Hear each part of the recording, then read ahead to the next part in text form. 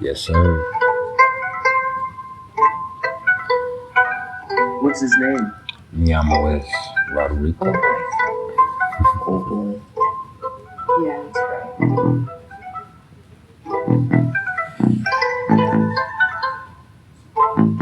Now, at this time, I'm gonna ask you to open up your ear and let me crawl into your mind. Cause first, we're gonna vibe.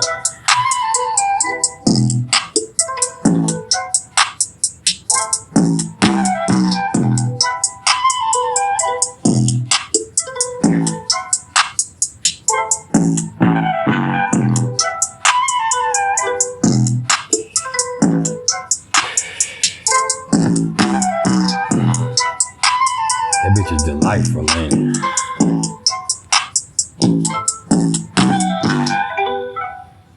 Yeah. We live at 5. Y'all just need to chill and sit back, man. Go with the flow, cause we finna get into it in just a second. First,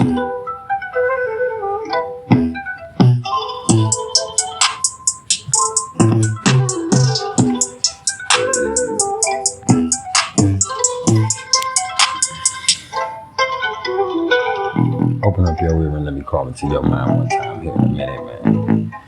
Cause you fucking with the right one. And if you don't know, you finna know in a minute. Yeah.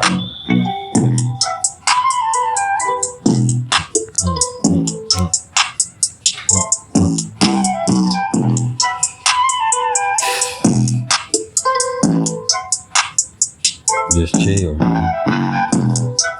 That's what's wrong with some of y'all, man. Y'all don't know how to just let it come to you. Let the blessing come to you. Cause I'll serve it to you.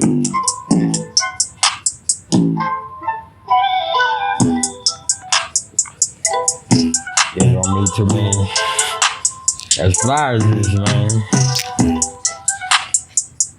I told you I wasn't gonna spit nothing today. It's understood that gotta be explained, man.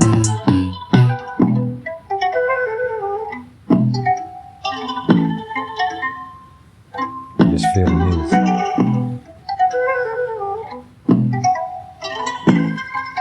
Oh yeah, oh boy, this shit, baby.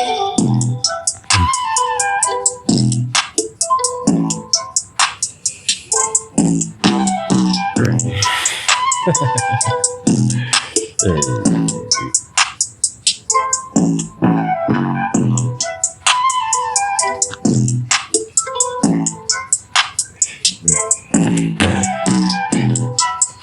Got that time. Like I said a minute ago. Just open up your ears and let me crawl into your mind. Oh boy, you went dumb on this one. I did. Enter. Y'all ready? So, what it was, y'all. Y'all already know who it is. You know what I'm saying? Y'all tuned in with Priceless knowledge of self. And this right here, this ain't shit but a little cosmic insight, y'all. And as promised earlier, I know these people that have these type of placements that we finna talk about, they don't have that much patience. So let's get right into it. Cause this right here, this gonna be a little something about those people that have Chiron in the first house of their natal chart. Yeah, and it's rough, and we know that. And before we actually get into that, what I'm gonna do for those that don't catch up and those that just watch it for their specific placement, I'm gonna give y'all a little bit on the mythology behind Chiron, a little bit of the energy that comes along with Chiron, and I'm gonna give a little bit about what the first house of the astrological chart actually is all about. Then after that, I'm gonna bring it all to a culmination for y'all, okay? So, without further ado, as my son is crawling in here on the motherfucking floor trying not to be seen. Kids, man. But anyway, back to what I was saying. Without further ado, man, you know what I'm saying? Here we go. So, I've been telling y'all, despite being one of the most recently discovered celestial bodies, which was like in 1977 when it was on a transit between Uranus and Saturn, Chiron's power is widely acknowledged throughout all astrologies, man. And the mythology behind it is basically this. his mother was a gorgeous water nymph, and she was being heavily pursued by either Zeus or Cronus, depending on whoever it is that you're asking. And in being pursued like such, she wasn't having it, and she ended up turning herself into a horse, which is one of the powers that she had to get away. But not before, she ended up being impregnated by, Zeus or Cronus, whichever one it was, in a forceful manner, which just tore her up, and she ended up having this baby that was a centaur, half god, half horse. And that tore her up, and she begged and begged to be turned into a tree, and ultimately she was. So she's gone out of the picture. And Chiron, despite having no parents at all and having this centaur nature, which centaurs were known for being savage and ruthless and, living by a whole different code, living like by the G code, you know what I'm saying? Chiron wasn't about that. Chiron had spiritual ideals. Chiron wanted to be a healer. Pardon me, y'all. Motherfucking weed. But Chiron wanted to be a healer, and he became one. Ultimately, one of the best, despite all odds against him, despite not having any parents, despite not having his mama who was a motherfucking tree, and having his daddy who was, God with his deadbeat ass. We're still not gonna go there. But anyway, despite that, he blossomed into a highly skilled teacher and a well-known healer. And one day, as he was carrying a quiver of arrows, he dropped a poison arrow and it pierced his own leg. And he was in terrible agony and poison, and it was not going to heal. But at the same time, he's half guard, so he cannot die. So he's in terrible agony all the time, and he was always begging to be taken out of his misery. And, in thanks for his healing and his teachings, he was taken out of his misery, and he was placed in the sky instead to bring healing to all of us. So Chiron's position in the chart, it reveals where we've been wounded. And it also shows where there's an opportunity for discovering healing from within through acknowledgement and accountability. Then, sharing this discovery with other people. And, healing begets healing through compassion for the suffering of others, man. Yes, sir. And, I can also say that the position of Chiron by house and sign can really show, where we have talent and access to ancient wisdom, as well as where we might depart from the mainstream in service to a higher practicality. Yeah. And those with prominent Chiron are likely to be awesome educators and spiritual healers. And I feel like I have a prominent Chiron, but I feel like I have a prominent everything. So y'all used to my shit, right?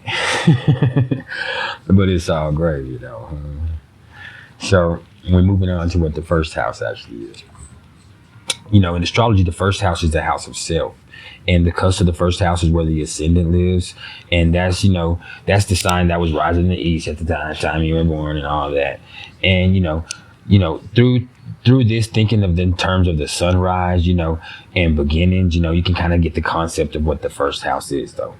And here, new beginnings are centered on the individual. You understand? And the self and the voyage of discovery that define each one of us. Yeah. Who are you? What will you become? How can you realize your best self? That's definitely there. The first house speaks about how you are a unique individual in this existence, man. And the first house contains our appearance, our outward personality, and our preferred approach to life, really. You understand? It's the outward vessel, but not the sum of, our total parts. You know what I'm saying? It's the package that we kind of outwardly project to the world, man. And the first house also represents the physical body, and in particularly the head and the face, man. And, well, that's depending on what really you have rising. And we can talk about that at a different time. And the first house also rules our early childhood and adolescence. And in some, the first house speaks to, the vehicle we use to get to the person that we're becoming in this life. And, it also, it's talking about who we're becoming both internally and externally. And it addresses our personality and the presentation to the physical world that we show. It's our demeanor and our approach to life. You understand? It's a lot, and it's real. So, Let me take this off. And let me light this up.